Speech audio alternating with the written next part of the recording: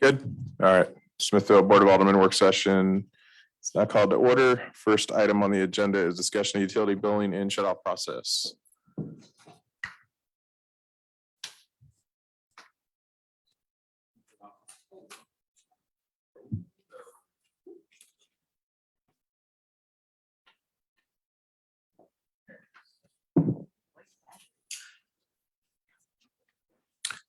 Stephen Larson, Finance Director. Thank you for the opportunity tonight to present about our disconnection policy utilities review.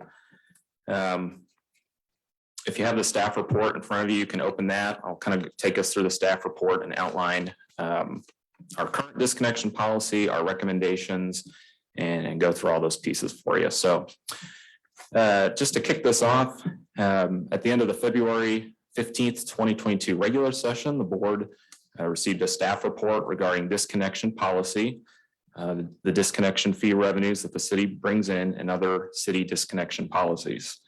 This information was shared with the board, and the board also received public comment for a couple of different individuals expressing their thoughts on disconnection and payment policy. Briefly here, I'll take you through the city's current utility disconnection policy that's carried out by our staff. It's outlined specifically in the city's utilities policy manual, which may be amended and edited per changes that are approved by the Board of Aldermen. So just to take you through those procedures, our utility bills are produced, emailed or mailed, depending on how you sign up for your bill, on the first of the month. Bills that are emailed to individuals arrive very quickly in their inboxes. Those who receive them through the post office will receive them in 3 to 5 days. As we go down through this table, the city requires payment from utility customers on the first business day following the 16th. The city applies late fees, which is 10% of the account balance on the first day following the 21st. And then the city will begin disconnections for accounts that are over the $75 threshold. They complete those disconnections on the first business day following the 26th.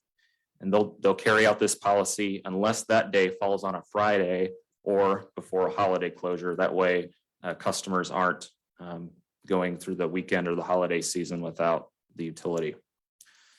So what that means for the customer when they receive their bill, when you look at it, it really means that once they receive that bill, depending on how they receive the bill, they have between 15 and 25 days from first reception of the bill to pay.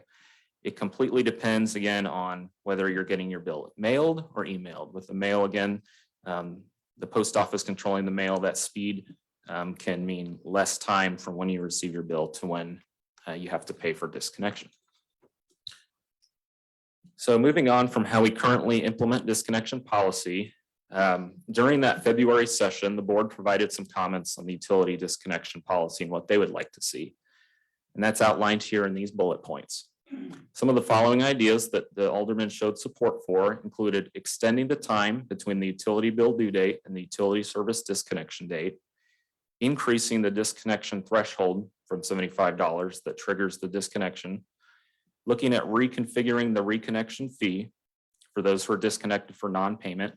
And coming out of Finance Committee, we looked at a tiered approach, which Finance Committee members were in favor for, and I'll talk to you about that in a little bit.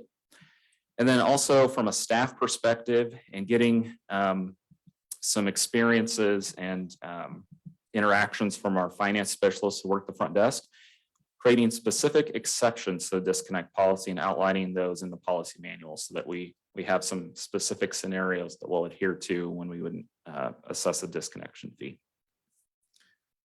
So moving into one point from the February 15th session was a discussion about the cash flow. Remember, we brought up cash flow. It's been an issue in the past when this fund was quite a bit smaller financially, making sure that we receive the revenue to pay our bills on time. A little bit of backstory on that. Our city bills just over 4,100 accounts every month. 90% of our account holders are paying on time. We have about 350 to 400 late payment notifications that go out every month. So really with 90% of our customer base paying on time, changing this disconnection policy is not really going to affect this 90% segment of customers. It's going to allow our revenues to remain stable, and we'll be able to make our cash flow requirements. So with that in mind, I'll move on to the next page, and we'll talk a little bit about staff's recommendation. And again, looking for feedback from the board, and you're welcome to ask questions and provide some input as we go through this. So in the table here, our staff recommendation on extending the disconnection policy timeline in our procedures. So from a staff perspective, and given the input from the board on the February session, we're looking or recommending an implementation of a 30-day timeline plus a 10-day pending disconnect status for utility disconnection. So as you look down through the table, you'll see the bills will continue to be produced at the same time of the month. We'll auto debit accounts the same. Bills will also be due, again, first business day following the 16th. Late fees will continue to be assessed at that time. The disconnection accounts, this will be moved back in the staff recommendation. We would move this back to the first business day following the 10th of the next month. So if you look at this compared to what we do currently, it's going to give customers about an additional 14 days to pay that bill. In our recommendation and evaluating this procedure, we consulted with our utility superintendent and made sure that the utility specialists and utility frontline staff had adequate time to do this, and they have time there. That would be around the 11th of the month to do the procedures. Move on to the next part of this discussion, which is the threshold discussion. So as I stated, our city currently implements a $75 disconnection threshold. It means a customer can always carry a balance of up to $74.99 to avoid disconnection of service. We'll have lower usage customers that'll carry those balances from each month. Not a lot of customers do, there's a handful. From our fee reviews that we've held with the board, we know the average utility bill is about $110 a month. That includes the trash service as well. And we're looking for feedback from the board about increasing that threshold from $75 to $100. And that's to better accommodate what our average utility bill is today.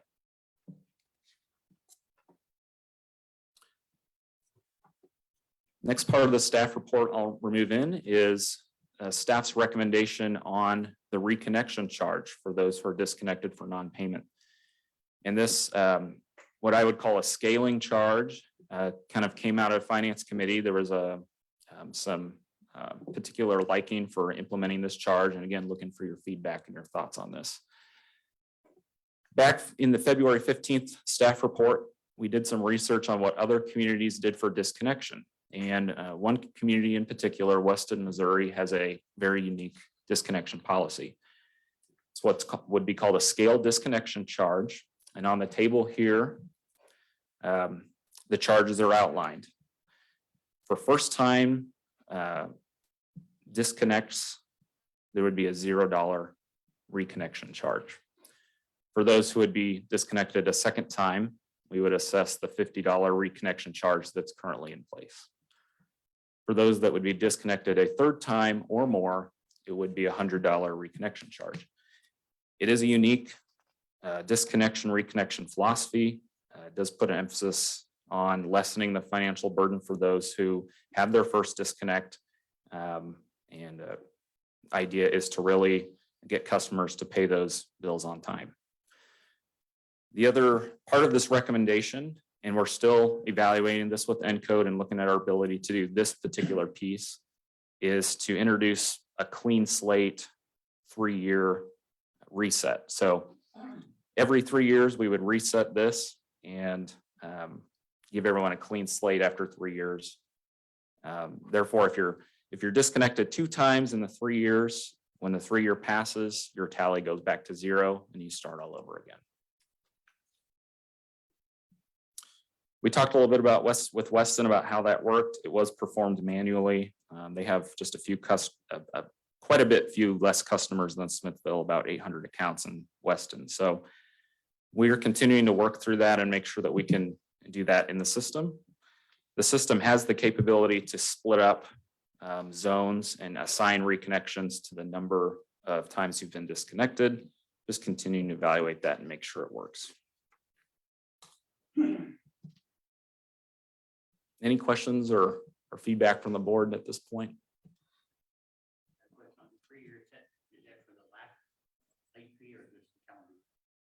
So yeah, that's a great question, and that could be something that the board sets. But I think when Cynthia and I talked and with our utility superintendent, we would introduce a specific date in which this policy would be introduced, and the 3-year clock would start from that date, and it would end at a date 3 years past the start. For each customer. Would it be for their first disconnection? Their 3-year clock would start for the first time?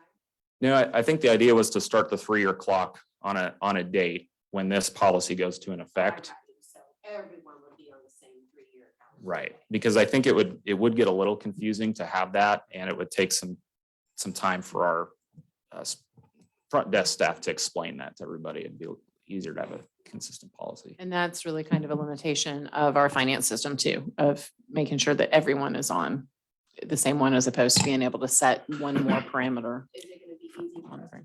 Sorry. No, go ahead. Go ahead. No, go ahead, Kelly. Is it going to be easy for us? Let's turn that on. For us to track, because like if you're going to do the tier of $0 and 50 and then 100, are you guys going to be able to track that fairly Yeah. easy per customer? That's what I'm working with Tyler Technologies with Encode to make sure they have the Okay. capability to do that, because even though Weston can do it manually, they're only servicing 800 Right. accounts. We're servicing 4,100. So I'm trying to evaluate that and make sure that we can do that. That's my fear is if we can't do their anniversary or like the 3-year per person, if we can't do them, then we probably can't do this either, keep track. And that's one of the things we'd want to make sure that we can do. If we get direction from the board, Stephen will talk in a minute as well. This is not something we would recommend for implementation after tonight. Right. Our recommendation, I don't want to steal your thunder, Stephen, but our recommendation would be implementation of this in conjunction with the budget. So that everything happens at the same time. It gives staff the ability to be able to make sure all of those processes work and we can get those kinks worked out and in order to be able to make that happen. And Stephen, is there a reason why you chose 3 years versus the 2 that you mentioned, Weston? Is there a financial reason? I mean, I guess if this plan were in effect today, what would a 3-year versus 2-year dollar amount effect be? Do we know? That makes sense. I don't know if there's a huge difference, especially, so I didn't include this in the staff report, but in the February meeting, we gave some information on the disconnect revenues we currently bring in, and it's about $25,000 to $40,000. It accounts for a very, very low percentage of the overall fund revenue. So the difference between the 2 to 3 years on a revenue impact is going to be, I would say, pretty nominal. And again, if the board is in favor of doing this kind of clean slate reset every 2 to 3 years, I'm certainly open to going for a 2-year as opposed to a 3-year. I think we just kind of want to extend it a little bit farther than Weston. But I don't think there's any issues that I can think of in maybe looking at a 2-year as opposed to a 3-year. It's just 1 year less for us to, track it. It's 2 years to track it and then reset versus another year to track it. I don't know. It might be worth looking into. And just kind of on the same subject, a little off, and maybe I missed it, did the encode get fixed for the billing? And was that? Yes, problem it resolved? did. Yes, they were able to assist us with billing. The bills were sent out. The system file was uploaded on Friday, so people will be receiving their bills this week. I think yours is emailed, correct? Yeah, I think Monday probably. Did they, whatever happened, did they resolve it? It's not going to happen again? Yeah, it was resolved. And we're going to continue to work with Encode, make sure we get those out on time, but that is corrected. Okay, and with the extra 14 days, we had the gentleman in here that we fixed that we adjusted his bill.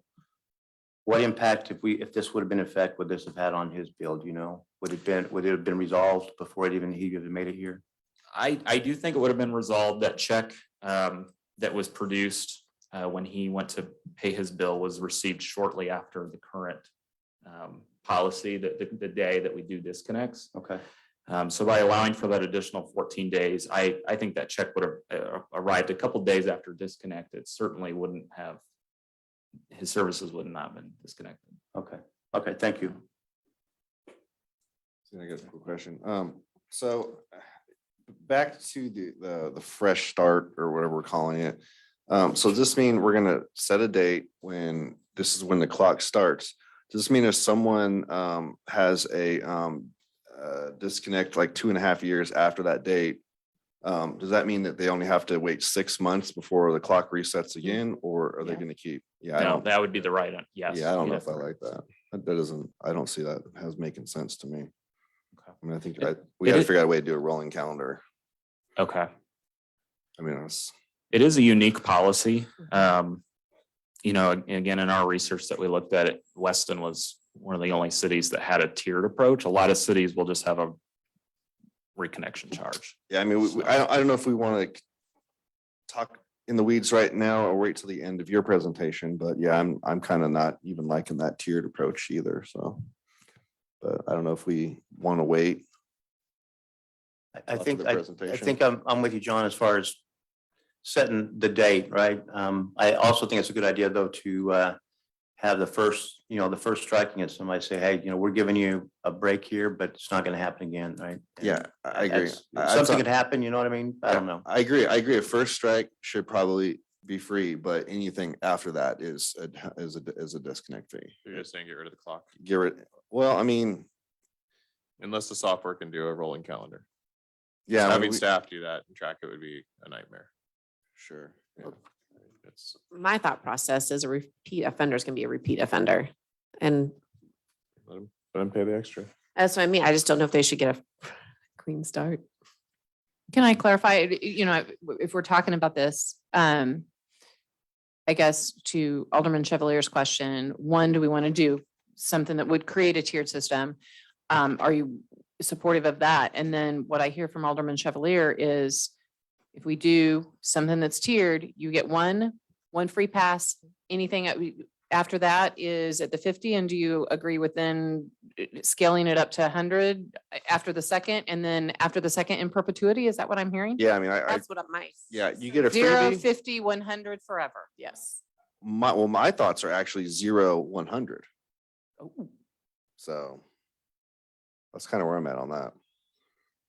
But then I'm also, I don't want to know if we want to bog down your presentation here until the end, but I mean, Oh, I'm no. also, No, you're certainly fine. I don't have a lot more to go through, so okay, given the time in the work session, I don't have a lot of content left, so. okay. End of Yeah, discussion. because I still have a problem with just where we're at. I mean, I was kind of hoping that we would see something where, we would continue like the disconnect dates, but we would just push it back a month, right? Like if we're going to disconnect, like the next billing due date, if they were still in arrears at that point, then we would go ahead and disconnect on the 26th or whatever at that After the point. 10th. But So- this still gives them an opportunity to get a second bill that says you're late on it, right? I mean, And Right. pay a I mean, portion to if we, keep so under you're that asking to add an $100 extra week threshold. on top of. Either, employees in the pr- yeah, I mean, if, proposal. yeah, we might as well, I mean, if we're gonna, yeah, if they're getting a second bill with with the delinquency on it, then yeah, they should at least have up until that pay period. They're at the end of the cycle. And then if they don't have it done by that point, then we can go ahead and continue the disconnect process as normal. 30-day late. type Yeah, of it's policy. basically just 30 days. Yeah. And I feel like that's kind of what I was seeing in here was that a lot of the other communities are at least 30 or higher, right, on that. So I feel like we should move to that approach as well. So you'd be in favor of taking it not just to the 11th, but then another 14 to 15 days, so that's on the 26th. I'd say the following month? 16th. I think that's when they're due today, like right now. Yeah, just the 16th of the following month. If they still haven't paid it by then Okay. that's a disconnect. So it'd be another 5 days past the recommendation. Something like that, yeah. Okay. And Okay. then are you also saying, John, that also maybe first time free and then after that, straight $100? Yeah, yeah. Okay. And that way that hopefully that $100, may offset any losses that we would see from this, From the first time. from this extension of the period. I can support that. Way the encode could automatically reset this after, say, a couple years? Because, yeah, we all can make a mistake and be late. But after you prove yourself after a couple of years of being back on track, should we still keep him in the bad list? Yeah, I'm working with them to figure out if the system's capable to do that. It can break it up according to how many times you've been disconnected, but I just want to see if it has the ability to do that clean slate. If we can come up some kind of way being automated, that would be great. But I do like the clean slate for that person after a couple of years of showing that they're back to normal again. Yeah, I agree. I like that clean slate option also. I just don't want it to be like just a set Yeah. limit exactly. where people I can agree. game the system really if they wanted to, I guess. I mean, I don't see why you would want to, but Mm-hmm. I mean, it's possible they can game the system if they not pay at the end of the period that we would reset the Yeah, deal. yeah, you could also make it so that put it on the customer. So let's say that after 2 years of paying on time, whatever the number is, that then they approach the city and ask for, a reset. You put that in there so that they're asking for after, been on good behavior, can you reset it now, right? If it can't be automated, Yeah, if it can't be automated, that's a good point. anything we can do to, slow down the staff doing Yep. extra work, that'd be great. I think the only concern we'd have to check with Encode about that, because then that does create that, I think it's gonna be a headache. another step in a process where we can make an error. Mhm. And then, Yeah. then there's that potential of a situation. That's why we kind of looked at an Yeah. overall calendar so that it doesn't get messed up and we know when it is. I had the conversation with them about splitting it up by the number of times you've been cut off, but I didn't get into the specifics with them about, okay, can the system actually reset itself after a specified period of time? Or at And I least be checking able to on that. notify you. Yeah, And Stephen, I think maybe that's why we came up with the 3 years as opposed to 2, because then it pushed out a little bit longer. So you had a Yeah. little bit longer before I that like the reset. 3 years. If the 3 years is my vote going forward. If we can do the clean slate. okay. Okay, so moving on from that discussion, I just have a couple more points here in the staff report. So the next portion of the staff report pertains to establishing some specific exceptions to when staff would charge a reconnection fee. And this would be specifically outlined in the policy manual, which is publicly posted on the website. So those who these situations pertain to know that they're outlined in the manual. The first bullet would be for a deceased or incapacitated utility customer. We're recommending that there be an exception to a reconnection fee in the event of this happening. The policy manual would then outline a requirement that we would just receive a copy of a death certificate or a record that would allow us to waive the fee. The next bullet would be for those utility customers that are on financial assistance. We had this come up last year. We have some agencies that provide financial assistance, but there's delays that are delays in the payment being provided. So to prevent the disconnection, what we would want as a city is to have some sort of promissory note or pledge that guarantees the receptions for the customer. So some agencies will send pledge emails or promissory notes that show that these monies are en route to the city. And then we would wait for those to come in and waive the fee. Stephen, And waive is there a way that we are notified that a customer is on this program, or do they have to come in? How does that work? Yeah, so there's been a couple of different ways it's happened in the past. Customers have notified us that they're on the program, but I'll also receive emails from agencies that'll say, this customer has applied for financial assistance. Could you please confirm their account balance, amounts that are aged or late? And then once that confirmation takes place on our end, that agency would generate a payment for the customer. Because they need proof on their end that there is indeed an aged balance or a balance that's due. And that that person is unable to pay. The third bullet would be for utility customers that are going through the leak adjustment process. So as a board, you've seen customers who have applied we've given you resolutions to approve that have leak adjustments on them. And you can see that the adjustments themselves, they can range from $50 to a couple $100. Well, those bills are pretty large and it takes some time for the adjustment to be approved by the board, get that approved, applied to the account. And then sometimes those customers will set up contracts so that they can make those payments. Those can be pretty large utility bills, so they just need some time to get that arranged. And then really the final part of my staff report tonight is on some research that our staff did on late fees. And we just wanted to really take a good look at all our practices for utility billing. And so this included an evaluation of our late fees that we currently apply. So again, we applied the late fee of 10% of account balance. With our average utility bill, about $110, that 10% late fee is equal to about $11. And for a significant amount of utility customers, paying that bill on time and avoiding that late fee is really important. And so it's a great tool that's used. Looking at our comparison from our jurisdictions, we have a lot of other jurisdictions that use a 10% penalty. So at this time, we're not recommending any change on a late fee. Are those penalties all on account balance? Yes, they are. They all are on account balance at a given date. And a lot of those cities have dates that are similar to ours. It'll be, 15 to 20 days after the bill's created. Really, this last part of the staff report is getting your feedback and direction. And we've already provided some of that tonight. So we'll take that and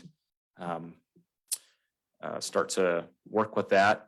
Any changes would come through the policy manual. So when we come back with recommendations and changes from you, we would have a red line version of the policy manual that our staff executes.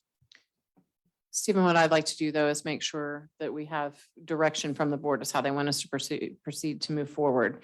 So item number 1 is changing the disconnection date from the first business day after following the 26th to the first day following the 10th of the month. I heard one comment of moving that to would be the first business day after the 16th of the following month, which would make it 1 month. Is that the consensus of the board? I agree. Yes. Okay. And then the disconnection threshold increasing from 75 to 100. And then the tiered approach, looking at if we can create a staggered system. I know Alderman Chevalier has indicated maybe not. Is the consensus to look at a tiered approach or not? I like the tiered approach. Yeah, tier With approach is fine. But my suggestion would be 0 and then 100. 100. 100? Yeah, For a second time. yeah, for a second. I like the 0, 50, 100. I like the 0, 50, 100 like Weston does. And then Okay, we can do. Is that what you feel? Yeah, I'm fine with that. The 0, 50, 50, 100, Okay, yeah. all right, that's cool. Okay. And then, so if we can, and this will be the piece that we'll have to come back and determine if we're able to do, the preference would be rolling 2 or 3 years. I say 3.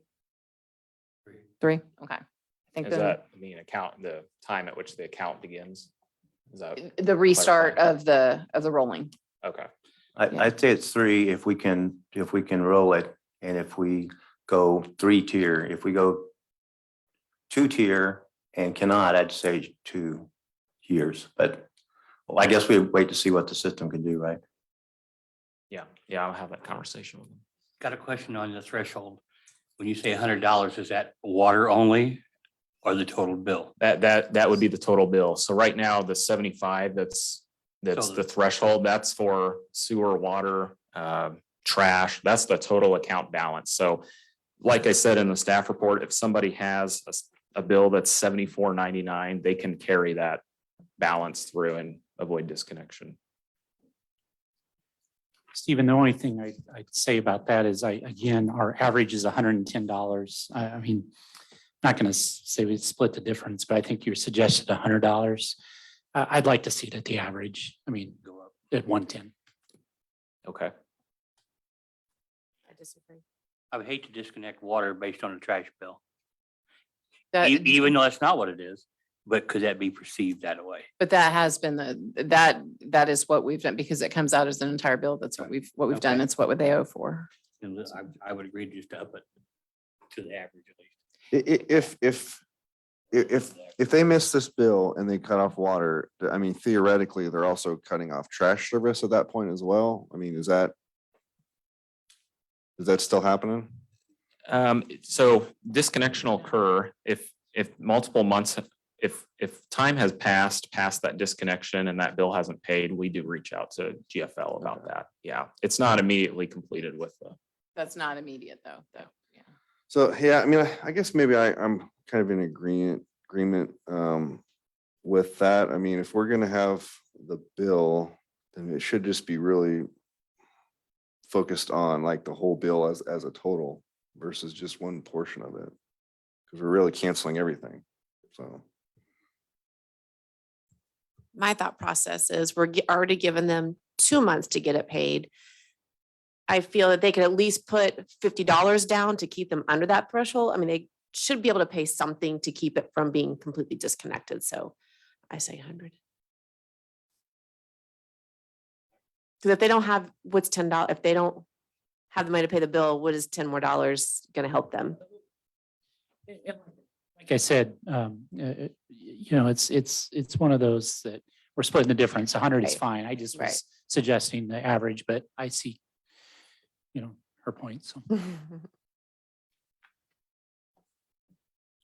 So I hear consensus then of 100, leaving it at the 100, okay. And then also ensuring that the exceptions that Stephen outlined Mhm. get included in the policy so I- that we have I that completely agree with ability those. to be able to be a little bit more Yes. flexible. That's, Yes, yes, it's absolutely. great. Okay. Thank you. I think we've got it then. Thank you. Thank you. Matt's up next.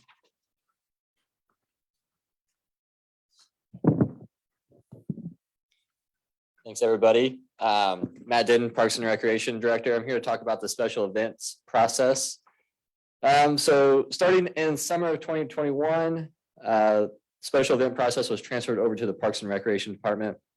Between the summer of 2021 and the start of 2022, staff evaluated the special event process and implemented changes.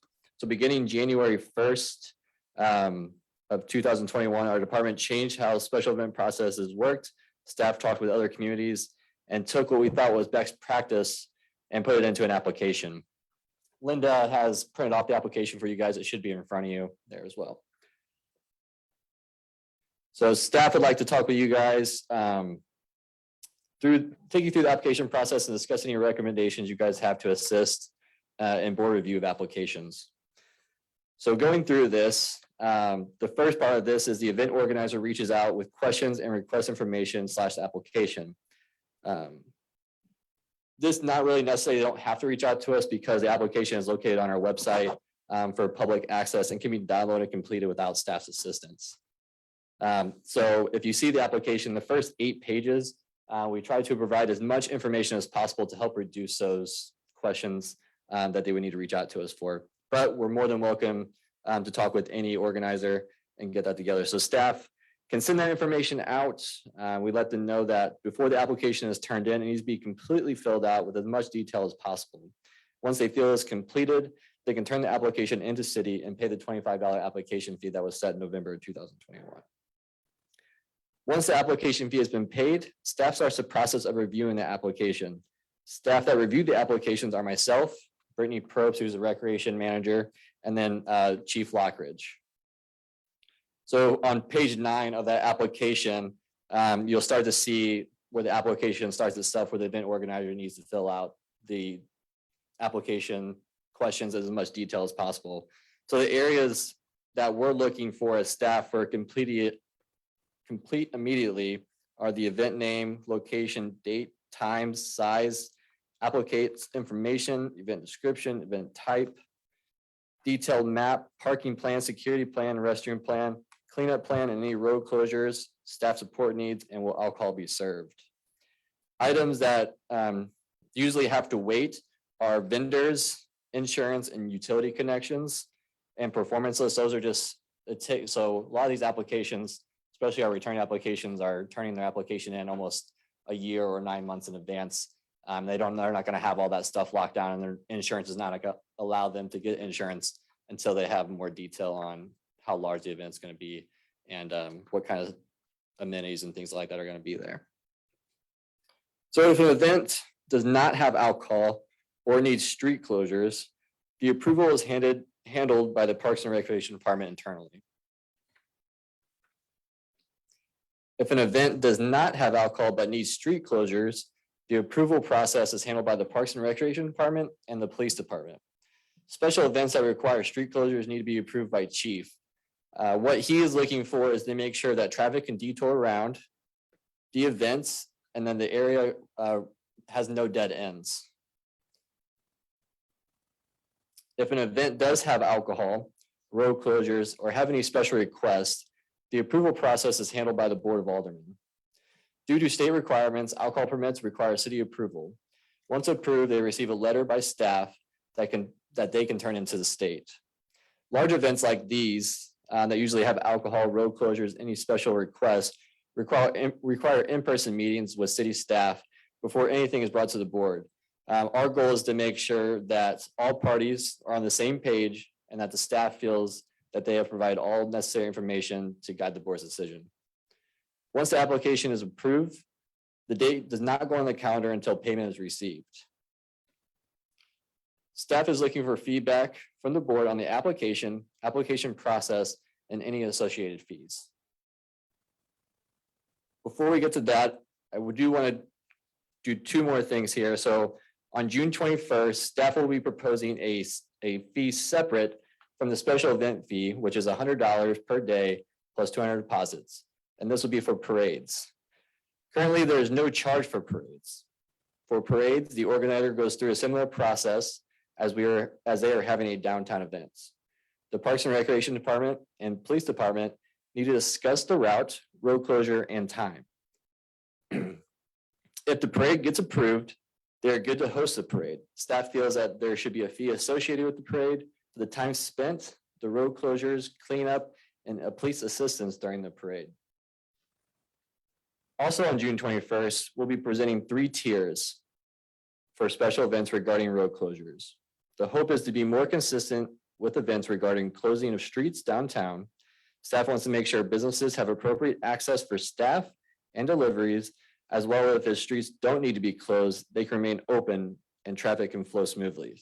You can see the 3 tiers down below that. Tier 1 would just be the courtyard with no street closures. Tier 2 would be the rental of the courtyard with street closings of adjacent streets, which is North Bridge, North Commercial, and East Main Street. And then tier 3 would be rental of the courtyard with closing all downtown streets, North and South Bridge, North and South Commercial, and East and West Main Street. So I would like any comments or feedbacks on the board of application or of the application process and the associated fees and the application itself. Matt, I have a question or a couple questions on the security policy. Depending on the event size, I guess anytime there's a security policy, does that go through the chief and his team? Do they also involved with the Yeah. security policy and Yes, his approval? yeah, Okay. heavily involved in that. Okay.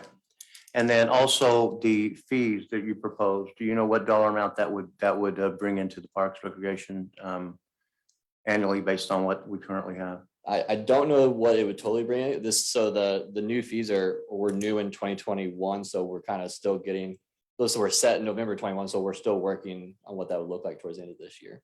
Okay, and I had not seen this before, but Kelly and Linda made a comment before the meeting that this is a really good looking document, Yeah, so. so this new document has a lot more information.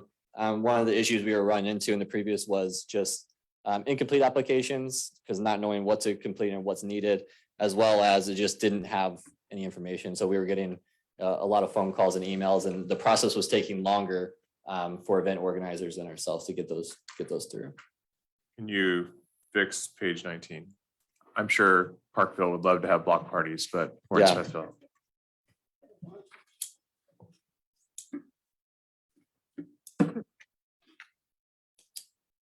Yeah. And we might want to change it to residential neighborhoods. Can do that for you. Thank you. I like the maps that you had there too. I think that makes it easy for someone that's applying as well. To see what, at least what options we have and what that means, right? To the city, to the police department. Enclosure wise. Yeah, so this was something that was brought up in a previous meeting in new business, was to figure out the best way for road closures for people to get through. And especially keeping those alleyways that are behind Chops and behind in front of Humphreys. And kind of what we saw the best way was to have a sign at the road barrier at the top that says, with a sign on it that says road closed for through traffic, that would help stop traffic from going down. And then you would double barricade just past the alleyways on both sides. That way businesses can still use access, because both of those businesses along both of those sides use those alleyways for staffing and deliveries. Do we currently put out anything that says like a road closure between this date and this date? Roads will be closed between this date and this date? We do work with the Main Street District, and we are trying to find, they're also working to figure out the best way to notify downtown businesses of events, since most of our events through the city that come in with different organizers are using the courtyard and the downtown streets. Matt, I appreciate the tiered approach. I think that's going to establish some consistency. Yeah. I like the fact that we include the parades. What I think people lose sight of is how much time our city staff dedicates to not only reviewing these applications, but helping put together that. So. Yeah, $25 if it sucks up 3 of your days, it's. Yeah. Like It is really great seeing these repeat application and events get larger and larger each year. But with that comes, more review and more information. So How many events do we have booked this year? 30? I'm saying the returning one, yeah, A lot. yeah, yeah. Are there any open weekends? Better get them in now. Yeah, I think so.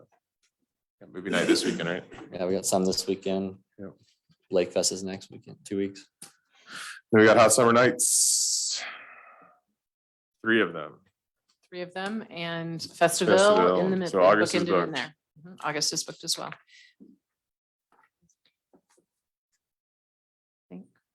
Good. Okay. That's right. Really like it. Cynthia, go for it. Mr. Mayor, I did want to circle back just a bit to the utility discussion. Stephen had indicated early in the discussion that the billing for this month, we had a system glitch. And we would like to recommend a change to the billing due date for this month only. Stephen, if you want to address, you and I, I'll let you talk about what your proposal would be there.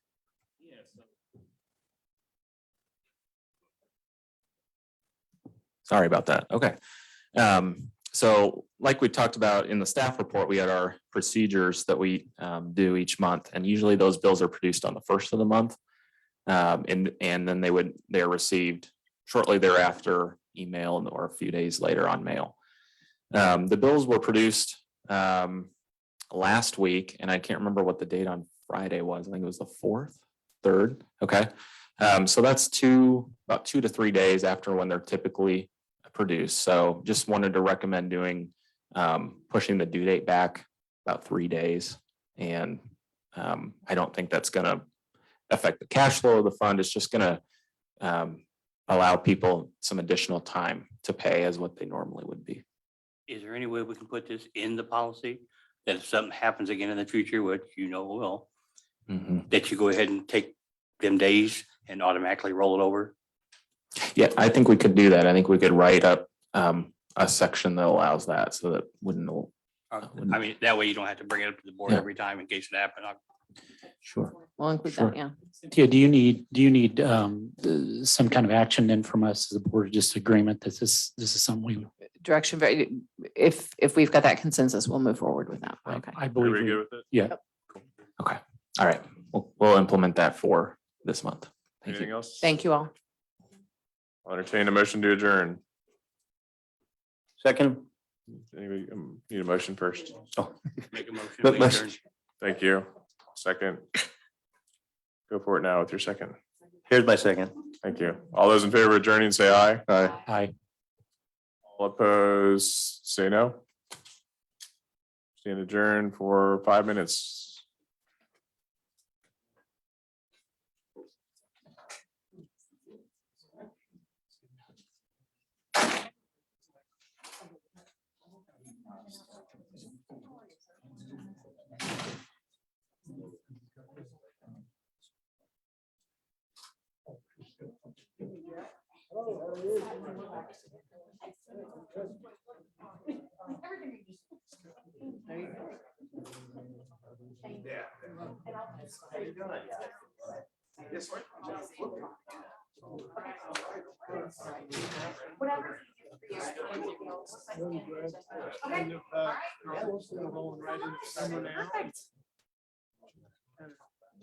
Busy. There's like two pages.